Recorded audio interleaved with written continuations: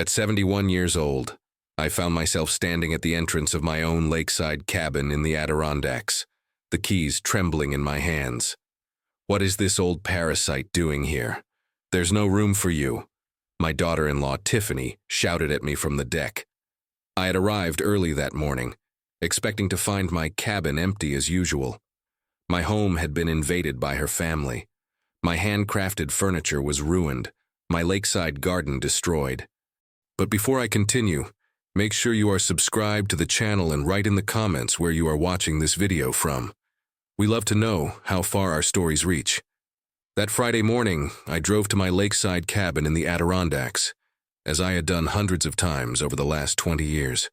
The route was familiar, the winding mountain roads, the smell of pine in the air, the sight of the lake shimmering through the trees. This cabin represented everything I had achieved in my life. Every log, every stone in the fireplace, every plant by the water's edge had been bought with the money I earned working as a carpenter ever since my wife passed away.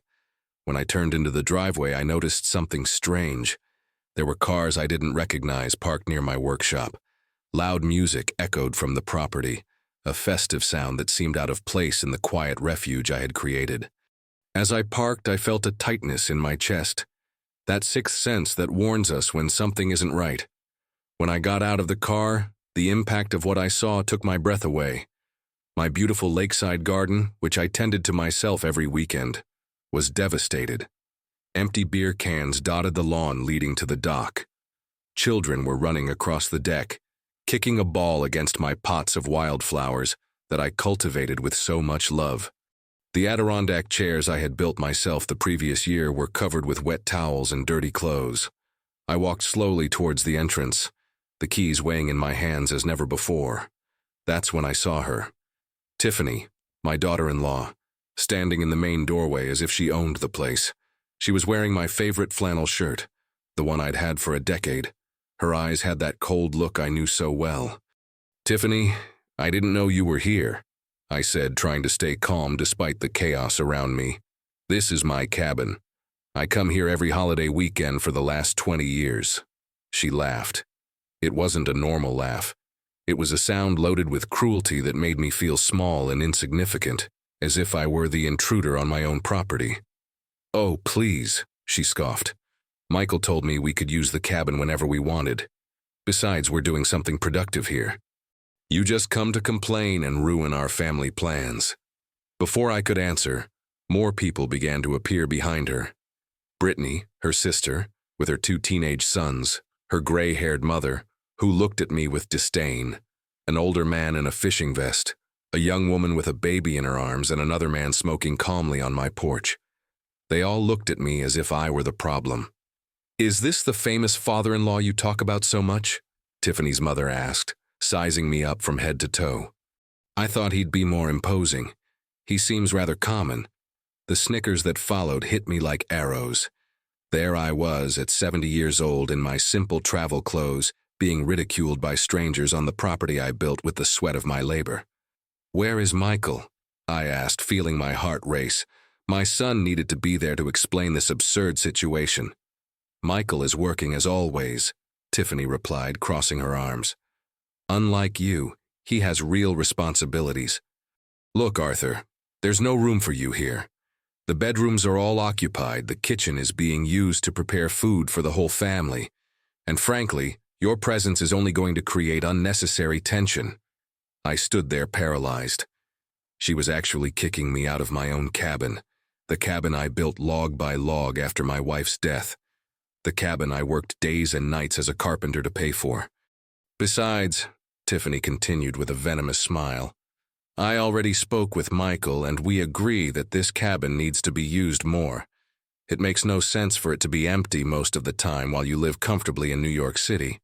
We have children who need space to grow." Her words hit me like stones. 20 years building this place after my wife died. 20 years paying every cent of the mortgage with the money I earned building furniture for other people's families. 20 years tending to every detail, every plant, every corner of this place that had become my personal sanctuary.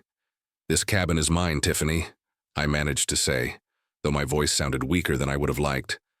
"I have the deeds. I pay all the bills. Oh, that's enough, she interrupted, raising her voice. It's always the same thing, that it's yours that you pay. Michael is your son, isn't he? What's yours is also his, and what's his is also mine. That's how normal families work. The children stopped playing and everyone watched me in silence. I could feel their eyes judging me, waiting for my reaction. Humiliation burned my cheeks like fire, but something inside me refused to break. One of the teenagers, who seemed to be Tiffany's niece, came closer and looked at me insolently. Why don't you just go to a hotel? There's no space for anyone else here. All right, dear, I finally said with a smile that came from my soul, but which I knew didn't reach my eyes. I understand the situation perfectly. Tiffany smiled triumphantly, believing she had won. The others seemed satisfied, as if they had witnessed a just victory. They had no idea what they had just unleashed. I walked back to my truck with slow, dignified steps. As I drove away to find a hotel, my mind traveled to the past, to when this property was nothing more than a wooded lot full of weeds and dreams. I was 50 years old back then, Michael barely 25. It was just the two of us against the world, and I had made the most important decision of my life, to build a refuge for our family. The Lakeside Inn cost me $285 a night, money I hadn't planned on spending because I was supposed to be sleeping in my own bed. But there I was, checking in like any other tourist while my cabin was occupied by invaders who felt entitled to my property. That night, sitting on the hotel balcony, looking at the lights of my cabin in the distance, I felt something I hadn't felt in decades. A cold, calculated anger beginning to form inside me. It wasn't that impulsive anger that makes you scream and lose control. It was something much more dangerous. It was the intelligent anger of a man who had survived hardship, the loss of his wife, and decades of hard work. Tiffany had made a fatal mistake. She had underestimated Arthur Vance. The next morning, I woke up at 6 in the morning after a night of restless sleep. Every time I closed my eyes, I saw Tiffany's arrogant smile and heard her venomous words echoing in my mind. I had a quick coffee in the hotel restaurant and decided to go back to the cabin to try for a calmer conversation. Maybe it had been a misunderstanding. Maybe Michael would show up and put an end to this absurd situation. When I arrived at 8 odd in the morning, I found the front door locked. My own door. I had to ring the doorbell as if I were a visitor. Brittany, Tiffany's sister, opened it, still in her pajamas and with an angry face. "What do you want now?" she asked without even greeting me. I explained that I needed to pick up some personal things and talk to Tiffany. Her response left me stunned. "Tiffany is sleeping and your things aren't here anymore. We put them in boxes in the garage so they wouldn't be in the way." My things, in boxes, in the garage, as if they were trash. I felt as if I had been stabbed in the chest. She let me in, but I felt like an intruder in my own home. The smell was different, a mix of strange food, cigarette smoke, and cheap perfume. The living room was unrecognizable, filled with inflatable mattresses and clothes scattered everywhere. When I entered the kitchen, my heart almost stopped. My beautiful kitchen, the one I designed, thinking of all the family meals I would prepare there, was completely destroyed. The stove was covered in burnt grease, the sink overflowing with dirty dishes that already smelled bad. My best cast-iron pans had permanent stains on the bottom. "Where are my wife's ceramic plates?" I asked, my voice trembling. "Oh, some of them broke. The kids were playing, and you know how they are. Tiffany says they were very old anyway." My late wife's plates, which I brought out only on special occasions because I treated them like treasures, were broken, discarded, as if they had no value. I went upstairs to my master bedroom, the sanctuary where I had planned to rest. The door was open, and inside was Tiffany's mother, organizing clothes in my closet as if it were her own. "Excuse me," I said, trying to maintain my composure. "This is my room." "Ah, my daughter Tiffany explained everything. Don't worry, I'll take very good care of your things. Look, I even organized your clothes in these bags so they don't get wrinkled. My shirts, my sweaters, my boots, all my personal clothing was stuffed into plastic bags like items destined for donation. 2 unknown boys were sleeping in my bed, and my favorite pillows were on the floor covered in stains. As I took in this surreal scene, I noticed something that caught my attention. My secret drawer, that hidden space behind the bookshelf where I kept important documents and items of sentimental value, was ajar. A place that no one but me should know about. With my heart pounding, I waited for Tiffany's mother to leave the room for a moment and went to the bookshelf. The space had been completely violated. My documents were in disarray, some on the floor. The watch I inherited from my father was gone. The property deeds for the cabin were crumpled as if someone had looked through them carelessly. But the most alarming thing was finding papers that weren't mine, legal documents with Michael and Tiffany's names on them. I took them with trembling hands and read quickly. It was an application for a change of ownership. They wanted to transfer the cabin into Michael's name, claiming that I, due to my advanced age and deteriorating mental condition, was no longer capable of managing valuable properties. A deteriorating mental condition. Me, the man who had managed his finances perfectly for 70 years, who had built a small fortune from scratch, who still worked and maintained his financial independence. They wanted to declare me mentally incompetent to steal my cabin. The paper was dated from the previous week. This confirmed that the invasion hadn't been spontaneous, but part of an elaborate plan to take over my property using the law in their favor.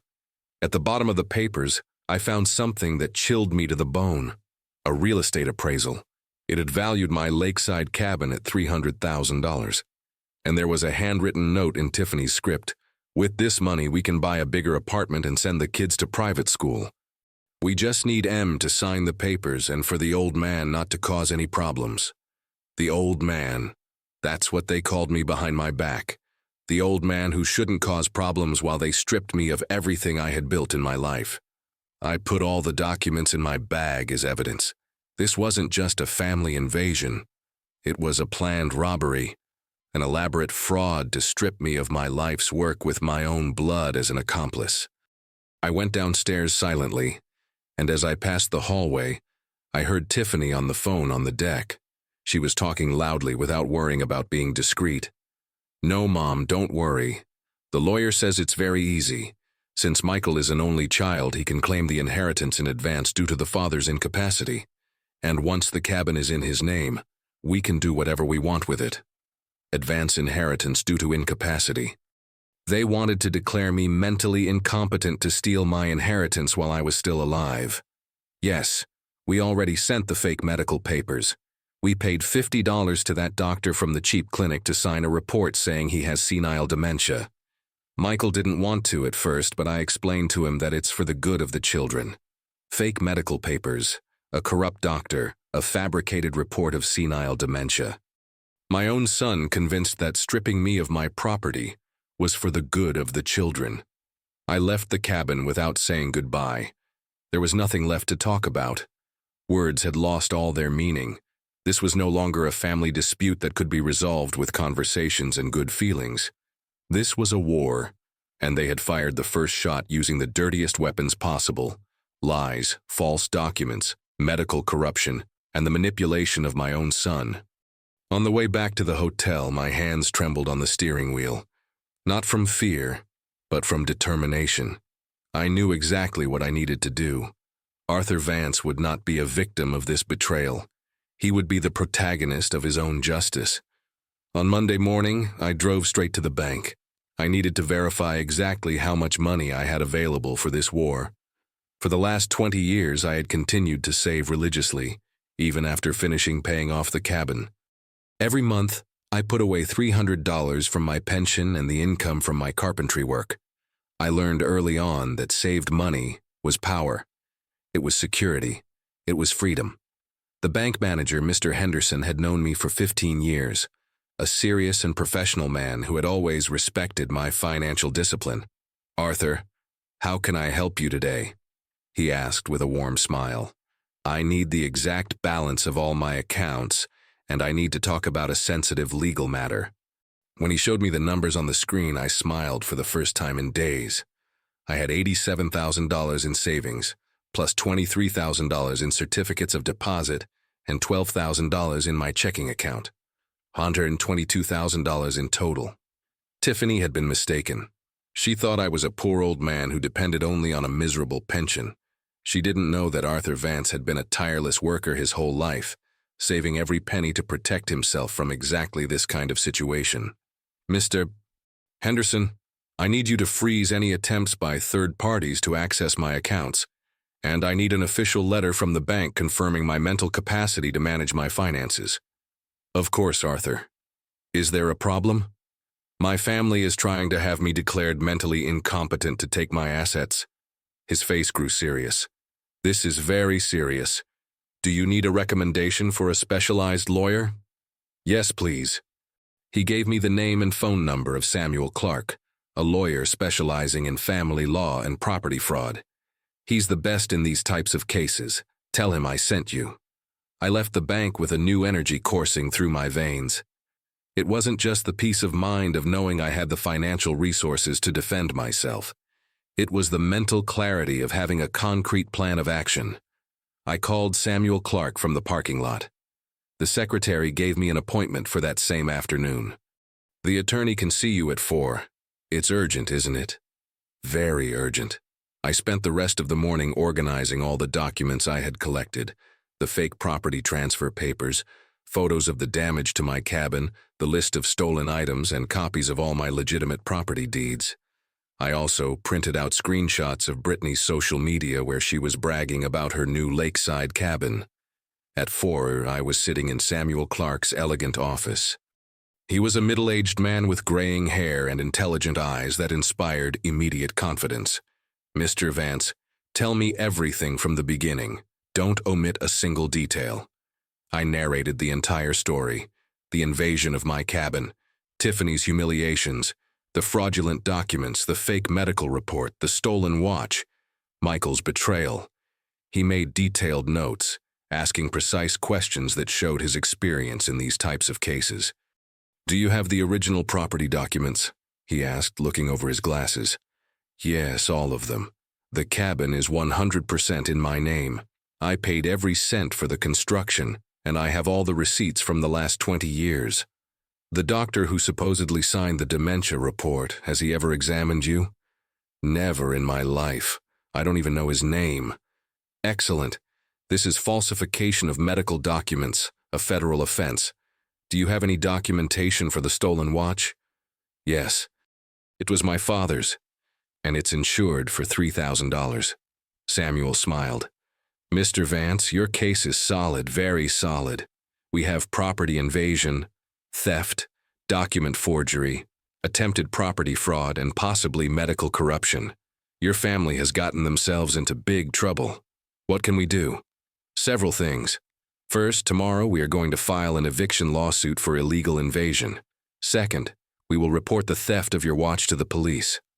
Third, we will report the falsification of medical documents to the medical board and the district attorney's office. And fourth, we will request a restraining order to prevent them from continuing to use your name fraudulently. How long will all this take? The eviction can be immediate if the judge sees clear evidence of invasion. In cases like this, where the invaders have no legal right to the property, the law acts quickly. How much will it cost? My fee is $5,000 for the entire process. Can you pay it? I can pay it today if you like. His smile widened. I like working with clients who take their legal defense seriously. Mr. Vance, your family thought you were a helpless old man, but they were mistaken. You are a prepared man. I've been preparing to defend myself from the world for 70 years, counselor. I'm not going to stop now. Excellent attitude. One important question. Are you willing to go all the way with this? Because when we start this process, your relationship with your son will likely be irreparable. I was silent for a moment, thinking of Michael, of the boy he had been, of the man he could have been, of the coward he had become. Counselor, my son betrayed me for money, declared me mentally incompetent for money, and publicly humiliated me for money. If our relationship can be broken so easily over money, then it was never a real relationship to begin with. Thomas nodded with respect. Understood. We will proceed with everything. First thing in the morning, we will file all actions. There's something else. I want them to understand that they completely underestimated their opponent. I want them to learn that the consequences of betraying family are real and permanent. What do you have in mind? I want this process to be public. I want all their friends, neighbors, and acquaintances to know exactly what they did. I want the social cost of their betrayal to be as high as the legal cost. That can be arranged. Court records are public, and we can make sure the local media hears about such a scandalous case. I left that office feeling completely different. I was no longer Arthur Vance, the betrayed and humiliated father. Now I was Arthur Vance, the man who was fighting back with every legal weapon at his disposal. That night from my hotel room, I called my brother David in Florida. I told him the whole story. "Arthur, I can't believe Michael would do that after everything you sacrificed for him. It no longer matters what I sacrificed, David. What matters is what I'm going to get back." I hung up the phone and sat on the bed looking towards my cabin. From the hotel window, I could see the lights on, the music still playing, the celebration continuing as if nothing had happened. Tomorrow would be a very different day for all of them. On Tuesday at 8:01 in the morning, Samuel Clark arrived at my cabin with 3 legal documents, a police officer, and a notary public. I arrived at the exact same time in a taxi, dressed in my best tweed jacket, and carrying a briefcase full of evidence. Tiffany's family was having breakfast on my deck when they saw the legal caravan park in the driveway. I saw Tiffany drop her coffee cup when she recognized the official plates of the police cruiser. "Good morning," Samuel said in a professional and loud voice. "I am attorney Samuel Clark, legal representative of Mr. Arthur Vance, the rightful owner of this property. We have come to deliver an immediate eviction order for illegal invasion." Tiffany ran off the deck with a look of panic on her face that I will never forget. Brittany appeared right behind her, recording everything with her cell phone as if it were another episode for her social media. Tiffany's mother, who was wearing one of my robes, looked confused and scared. The officer presented the eviction order and began to list the violations: invasion of private property, destruction of personal property, theft of valuable items. As he spoke, I watched the face of each of them, the shock, the disbelief, the growing fear that their actions would have real consequences. "You have exactly 2 hours to collect your personal belongings and leave the property," the officer announced. "Any item belonging to Mr. Vance must remain here. I will supervise the process to ensure that you do not take anything that does not belong to you." 2 hours, Brittany shouted. "This is impossible. We have children here." "You should have thought of that before invading someone else's property," the notary replied with professional calm. At that moment, Michael arrived, driving at high speed. He got out of the car with an expression of total desperation. Surely, someone had told him about the police arriving. "What's going on here?" he asked, almost out of breath. "Your wife and her family are being legally evicted from your father's property for illegal invasion," Samuel explained. "And you are being subpoenaed as an accomplice in a case of attempted property fraud." "Property fraud?" I showed him the documents. "The property transfer papers you were going to sign to steal my cabin, Michael. The papers your wife had hidden in my secret drawer." Michael turned pale. I looked him in the eyes, searching for some trace of the son I raised, but I only found the gaze of a stranger, a man who had chosen to betray his own father for money. "Dad, I can explain," he said in a trembling voice. "There's nothing left to explain. You've already made your decision." Tiffany approached Michael and whispered something in his ear. He shook his head, clearly uncomfortable. "What is your wife telling you, Michael?" I asked. "Does she want you to tell the police that you have mental problems?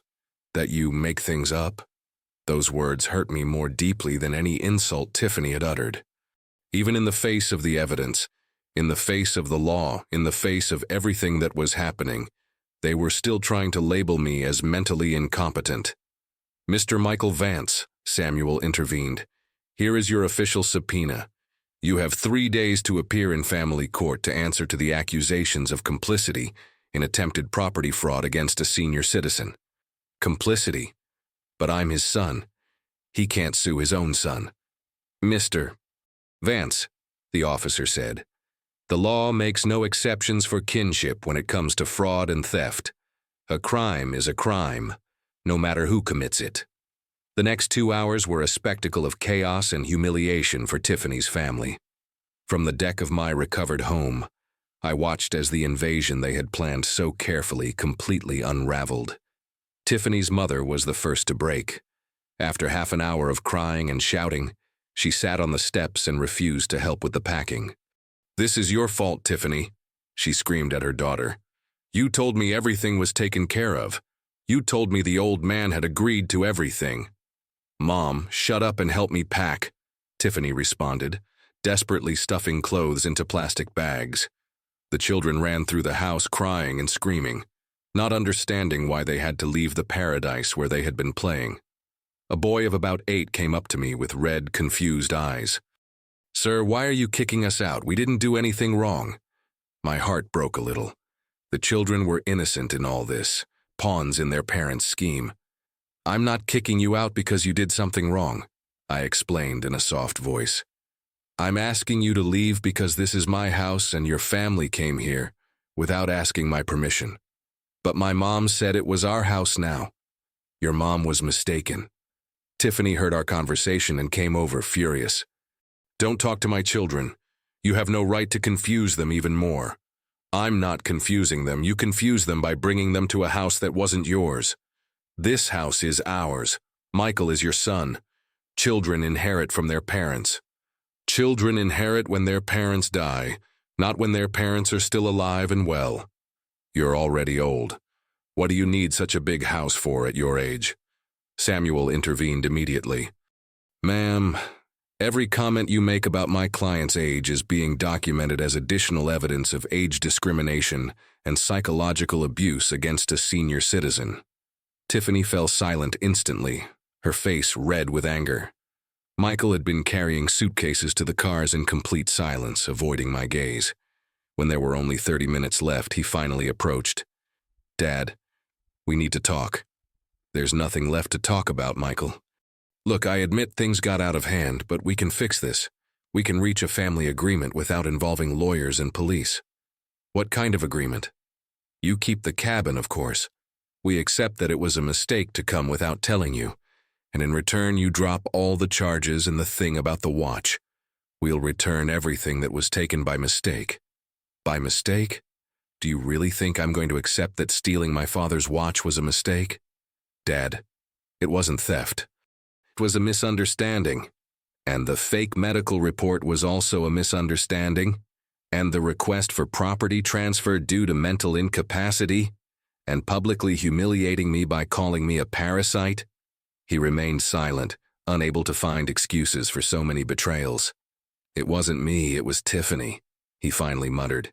"But you were there. You saw me being humiliated by your wife in my own house, and you said nothing." I didn't know what to say." "You knew exactly what to say, Michael. You knew you had to defend your father, but you chose to remain silent so as not to upset your wife." He became desperate, trying to find an escape that no longer existed. "Okay, Tiffany behaved badly. I admit it. What more do you want me to say?" "I want you to tell me the truth. I want you to admit that you planned to steal my cabin using false documents. I want you to admit that you betrayed me for money."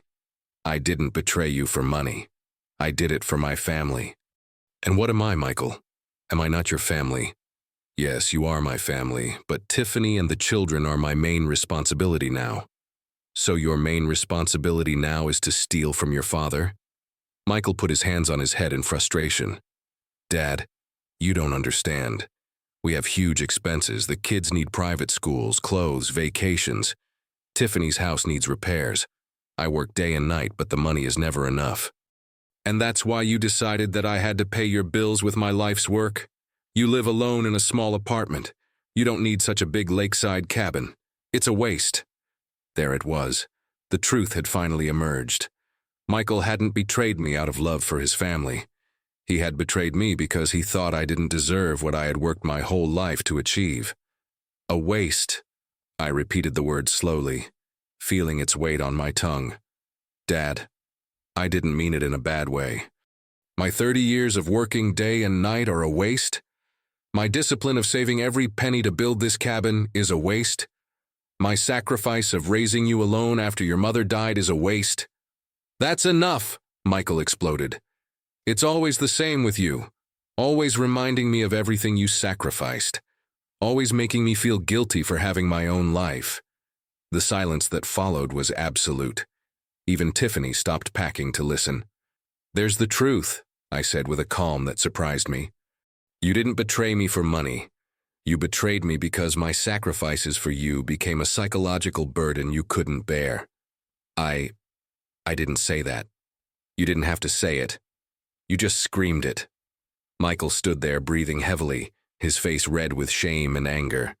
You know what the saddest thing about all this is, son? If you had asked me for help directly, I would have helped you. If you had told me you were having financial problems, we would have found a solution together. But you preferred to conspire behind my back, humiliate me publicly, and try to rob me using the law. Why? Because I knew you would say no. How did you know if you never asked me? Because you've always been very attached to your money, very controlling with your life's work. Controlling. Michael, I paid for your college, I bought your first car, I lent you the money for the down payment on your house. I helped you financially dozens of times in your adult life. Yes, but always with conditions. Always reminding me that it was your money, that it was your sacrifice. I finally understood everything. Michael hadn't betrayed me out of greed. He had betrayed me out of pride. His manly pride couldn't stand to continue being financially dependent on his old father. You know something, Michael? You're right.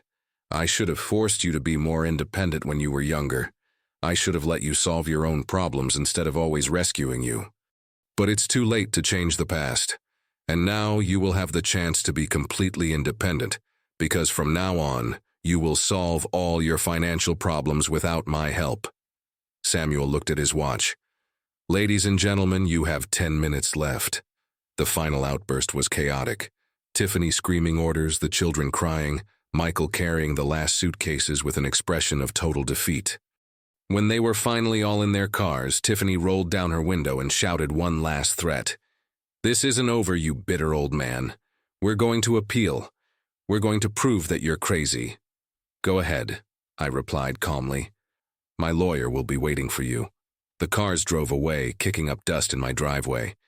Michael was the last to leave. He looked at me in the rearview mirror, but I had already turned my back on him. Samuel approached. How are you feeling, Mr. Vance? Tired, I answered honestly, but free. Free from having to pretend we're a happy family. Free from having to excuse betrayal with fatherly love. Free from pretending this can be fixed with forgiveness and forgetting. The officer said goodbye. The notary finished his documents. Samuel handed me the keys to my own cabin. Here you are, Mr. Vance. Your home has been officially recovered. I walked up the steps of my deck and sat in my favorite handcrafted chair. For the first time in a week, I was alone in my own home. But the final act of this play was yet to come. That afternoon, I hired a professional cleaning service to erase all traces of the invasion. I paid $700 for 5 women to work all day, scrubbing every surface, washing every stain, rearranging every piece of furniture. While they cleaned, I walked through the cabin cataloging the damage.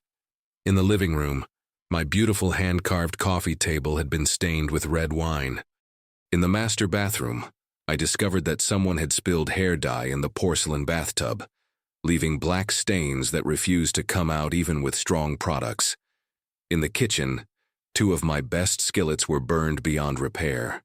And in my garden, half of my plants had been trampled to death, but the worst of all were the personal items that disappeared forever.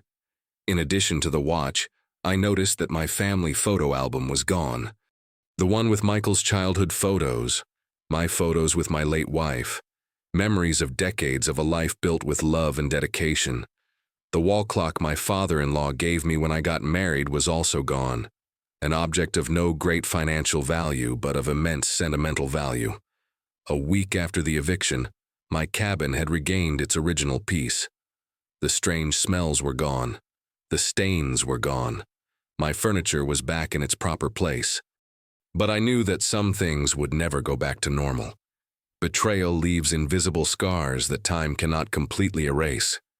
It was that Friday that Samuel called me with news that made me smile for the first time in weeks. "Mr. Vance, I have some important updates. The doctor who signed the false dementia report has been suspended by the medical board. The investigation revealed that he had signed at least 12 similar reports in exchange for money." I was silent, absorbing the information. How many other families had tried to dispossess their elderly relatives using the services of that corrupt doctor? "And the legal consequences for Michael and Tiffany?" I asked. "That's the best part. The prosecutor has decided to proceed with criminal charges for property fraud and conspiracy. It's no longer just a civil matter. It's a criminal case now." "What does that mean exactly?" "It means they could face prison time if found guilty. And it also means that all the legal fees they've had to pay have been enormous." I didn't feel joy at this news, just a deep sense of justice being done. I didn't want to see my son in jail, but I couldn't allow him to escape the consequences of his actions either. That same afternoon, I received an unexpected call. It was Brittany, Tiffany's sister, crying on the phone. "Arthur, please, we need to talk. Tiffany is desperate. Michael has already spent over $15,000 on lawyers, and the legal proceedings aren't even over yet. And what does that have to do with me? We want to apologize. We want to fix things. Do you want to fix things? Or do you need me to drop the charges because you're running out of money? Sir, please. Tiffany has children to support. Michael could lose his job if this becomes public in his office. She should have thought about the children before she planned to rob me. And Michael should have thought about his job before he falsified medical documents. But you already got your cabin back. You've already won. Why keep punishing us? Because getting my cabin back doesn't erase the humiliation. It doesn't return the stolen watch. It doesn't undo the psychological damage of being betrayed by my own son. We can return the watch. It's at my mom's house. The watch that was taken by mistake. The watch that you accidentally stole during the confusion of the move. Sir, please. Brittany, tell your sister that if she wants to talk to me, she can come here personally and bring all the stolen items. I hung up the phone, feeling a strange mix of satisfaction and sadness. The satisfaction came from seeing how the trap they had designed to destroy me was completely falling apart. The sadness came from knowing that my relationship with Michael was probably over forever. 2 days later, Tiffany showed up at my door. She came alone, without Michael, with a bag in her hand, and her eyes swollen from crying. Arthur, I came to return your things and to apologize. I let her in. She sat in my living room like a scolded child, placed the bag on the table, and began to take out my belongings one by one. Here's the watch. Here are the silver coins. And here is the necklace that that we also took by mistake. By mistake, I repeated, letting the sarcasm be evident in my voice. Sir, the truth is I took them, but it wasn't to steal them. It was to sell them. We needed the money urgently. We have a lot of debts. Michael lost money in some bad investments last year. We're behind on our mortgage. Our credit cards are maxed out and the kids need school. And that's why you decided to rob me? Tiffany began to cry.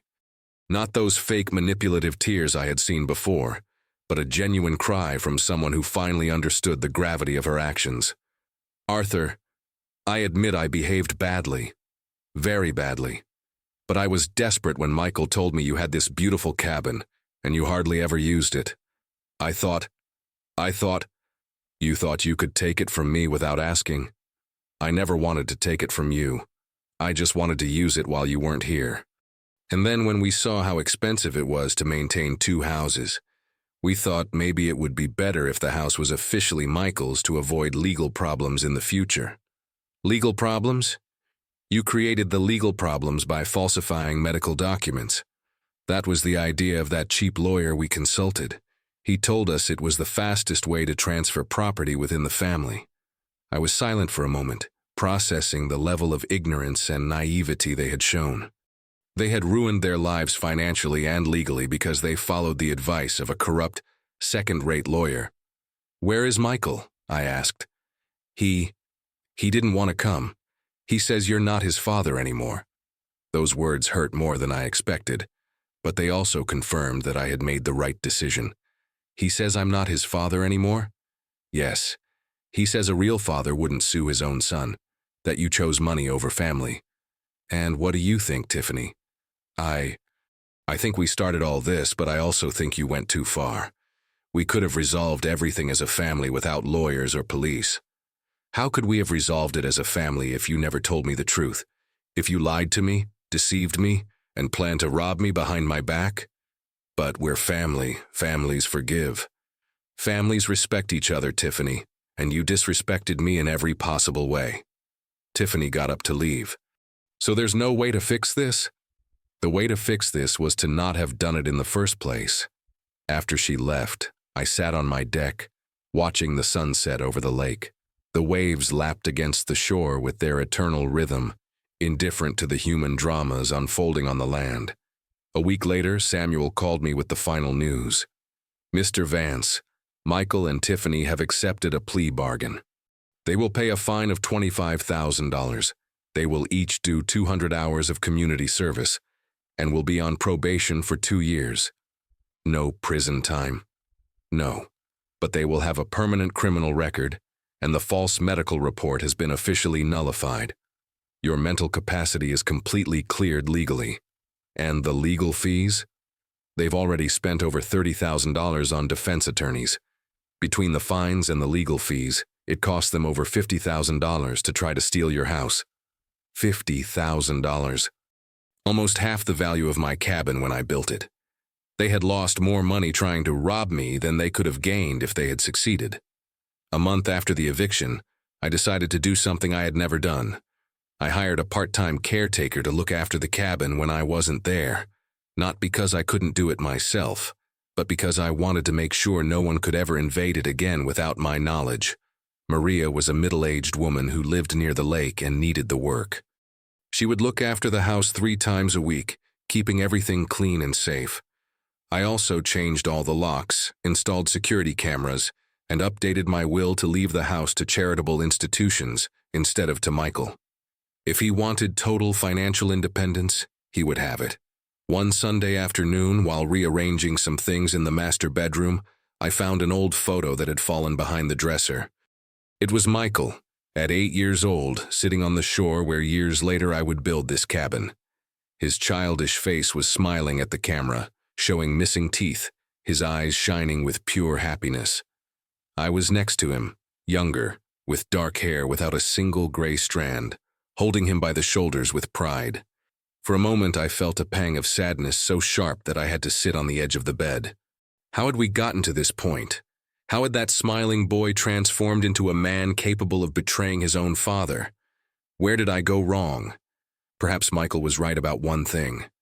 Maybe I had been too controlling with my money, constantly reminding him of my sacrifices. Maybe I should have found a better balance between helping him and letting him learn to be independent. But did that justify the betrayal? Did it justify falsifying medical documents? Did it justify trying to rob me? No. Nothing justified that.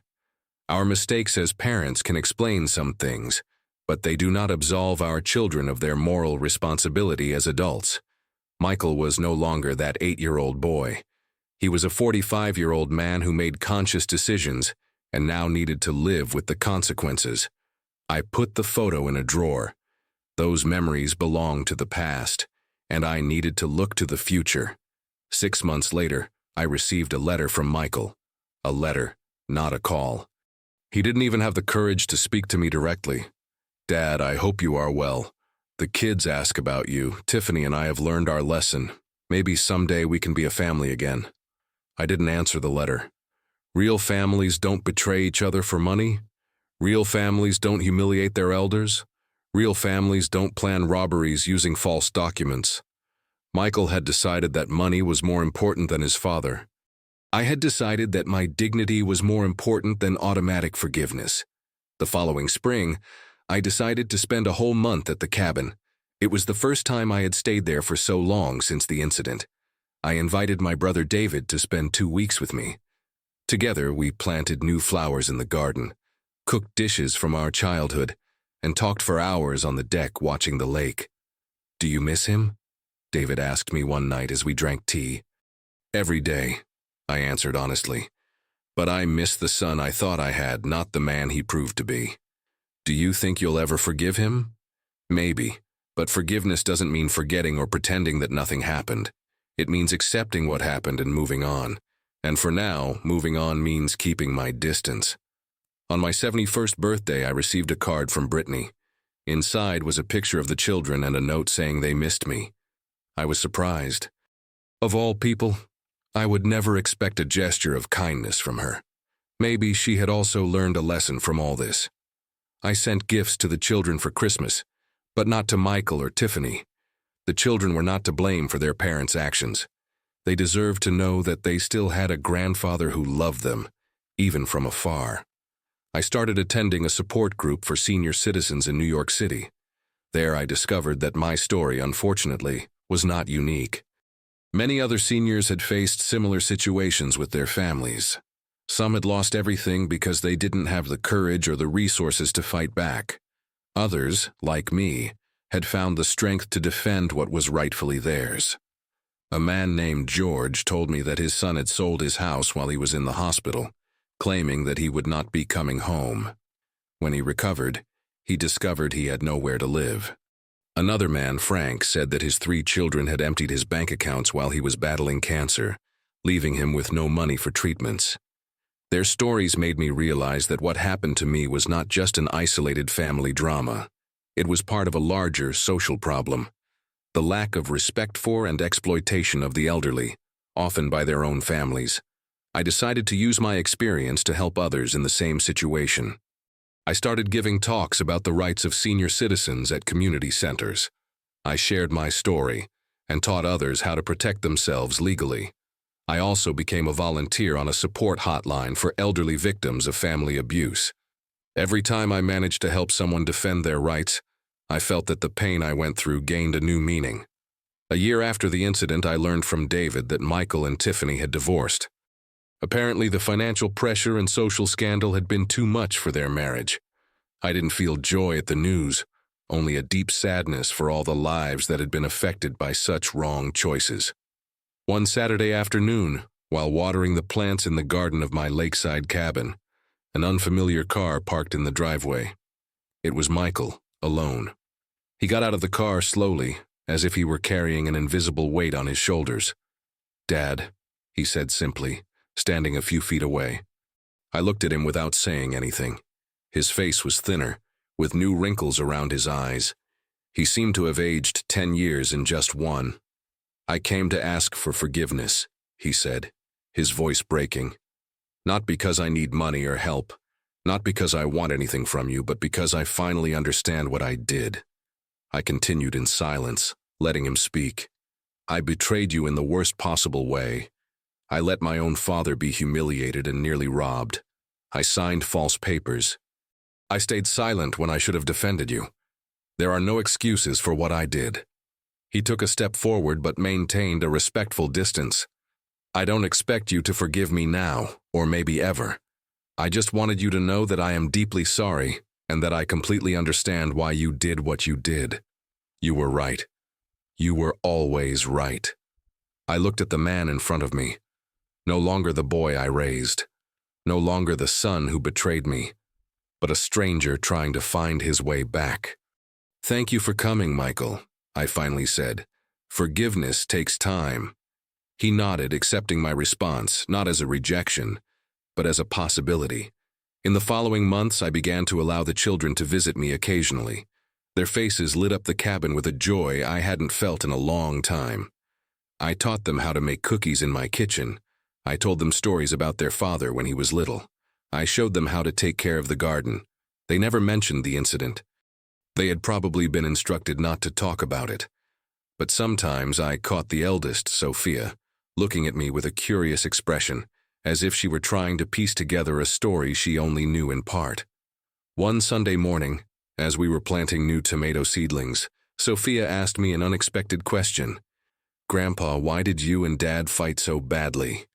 I stopped what I was doing and looked at her. She was only 11, but her eyes showed an understanding beyond her years. "Sometimes, Sophia, adults make very big mistakes, Your father and your mother made some mistakes with me, and it hurt me very much. What kind of mistakes? I thought carefully about how to answer. I didn't want to poison her relationship with her parents, but I didn't want to lie either. They tried to take something that was mine without asking permission, something that was very important to me. This cabin? Yes, this cabin. She continued digging a small hole for the tomato seedling, processing the information. Mom says you were very cruel to them. I made them face the consequences of their mistakes. Some might see that as cruelty. I see it as justice. Sophia planted the seedling carefully, pressing the earth around it with her small hands. I think I understand, she finally said. It's like when I take my sister's things without asking and she tells Mom. I get mad at her for telling, but it's really my fault for taking her things. I smiled, amazed by the simplicity and depth of her understanding. Exactly like that, dear. Exactly like that. That night, after the children had gone, I sat on the deck contemplating the sunset over the lake. I thought about how things had changed over the last 2 years. I thought about the betrayal, the pain, the fight, the victory, and finally the slow rebuilding that was happening. Forgiveness didn't come all at once like a great revelation or a dramatic moment. It came little by little, in small moments of connection, in honest conversations, in shared silences. It wasn't the kind of forgiveness that erases the past or pretends that nothing happened. It was a forgiveness that acknowledged the wound, but chose not to let it define the future. Michael would never be the perfect son I had imagined. I would never be the perfect father he might have wished for. We were two imperfect people bound by blood and decades of shared history, trying to find a new path through the ruins of the old one.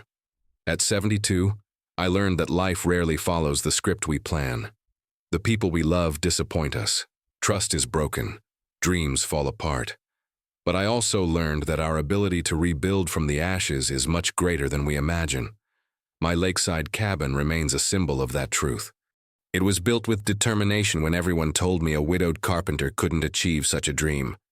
It was defended with courage when those who should have protected it tried to take it. And now it becomes a place of healing, where old wounds slowly begin to scar over. Arthur Vance, the old man they thought they could easily fool, proved to be the strongest of all. Not because he never fell, but because he always found the strength to get back up. Not because he never felt fear, but because he acted in spite of it. Not because he was never hurt, but because he did not allow his wounds to define him. This is my story. A story of betrayal and loss, yes, but also of dignity and strength. A story that I hope inspires other seniors to defend what is rightfully theirs. A story that reminds everyone that age does not make us fragile or expendable, but wise and resilient. And the cabin I built with so much love and sacrifice still stands, strong and proud on the shore of the lake. Its deck facing the vast water, just like me. Now, if you like this story, click on this next video that appears on the screen, because in it is a story of betrayal and revenge like you've never seen.